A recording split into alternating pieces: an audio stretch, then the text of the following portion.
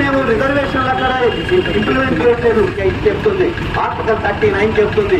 అయితే ఇటువంటి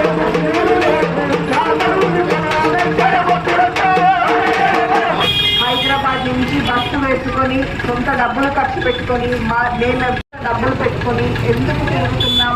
ఈ ఎండనక వాననక. ఇప్పుడు ఎండాకాలం. కేఎల్ సార్ మాట్లాడతారు, కె లక్ష్మీనారాయణ గారు మాట్లాడతారు. పార్లమెంట్ ఎన్నికలు ఈ నెల 13వ రోజు జరగబోతున్నాయి. పెద్ద బలవంతుని నేను ఇక్కడ ఉండే పెద్ద ధనవంతులు మీరు విద్యను ఎందుకు ఖర్చు పెట్టరు? ప్రభుత్వ పాఠశాలను ఎందుకు డెవలప్ చేయరు?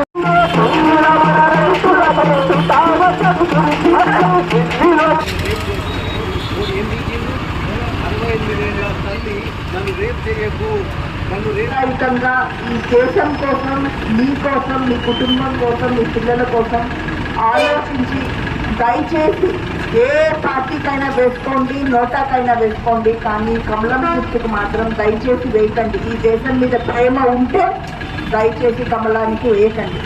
బస్ యాత్రలో భాగంగా జాగో తెలంగాణ ప్రజాస్వామిక వేదిక మేము ఈరోజు బాన్స్వాడకు రావడం జరిగింది. గత 5 సంవత్సరాలు చూసినట్లయితే బీజేపీ పార్టీ చాలామంది ఎంపీలు, మంత్రులు చాలాసార్లు రాజ్యాంగాన్ని మేము రద్దు చేస్తాము, ఈ రాజ్యాంగం అవసరం లేదు మాకు అని చెప్పిన సంఘటనలు కోకలు ఉన్నవి.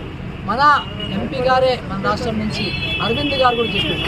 అట్లాగే హోమ్ మినిస్టర్ రాజ్నాథ్ సింగ్ గారు చెప్పారు. అట్లాగే ఈ మధ్య అనంతనాగ్ కర్ణాటక ఎంపీ గారు చెప్పిండ్రు. అని ఒక ప్రొఫెసర్స్గా, ఒక రిటైర్డ్ ఐఏఎస్ ఆఫీసర్స్గా, రిటైర్డ్ జస్టిస్గా మేమందరం కూడా ఒకటే అనుకుంటున్నది ఏంటంటే, గత 10 సంవత్సరాల పరిపాలన చూసిన తర్వాత, మోడీ గారి పరిపాలన చూసిన తర్వాత ఈ రాజ్యాంగం ఏమవుతుందో అనేది ఒక వర్రీ అయితే మా అందరికీ ఉంది. అట్లాగే రిజర్వేషన్స్ మీద కూడా మాకు ఈ బీజేపీ గవర్నమెంట్ నమ్మకం లేదు. ఎందుకు లేదంటే, వీళ్ళు గత 10 సంవత్సరాల నుంచి ప్రభుత్వ రంగ సంస్థలు ఏవైతే రిజర్వేషన్స్ ద్వారా పేద ప్రజలందరికీ కూడా, అన్ని కులాల వర్గాలకి, బీసీలకి, ఎస్సీలకి, ఎస్టీలకి రిజర్వేషన్స్ ద్వారా కొన్ని కొలువులు దొరికే అవకాశం ఉండే. కానీ ఈరోజు ప్రభుత్వ రంగ సంస్థల్ని అమ్మేస్తున్నారు. అగ్గువకి వాళ్ళ దోస్తులకి, ఆదాని అంబానీ లాంటి కార్పొరేట్లకు అమ్మేస్తున్నారు.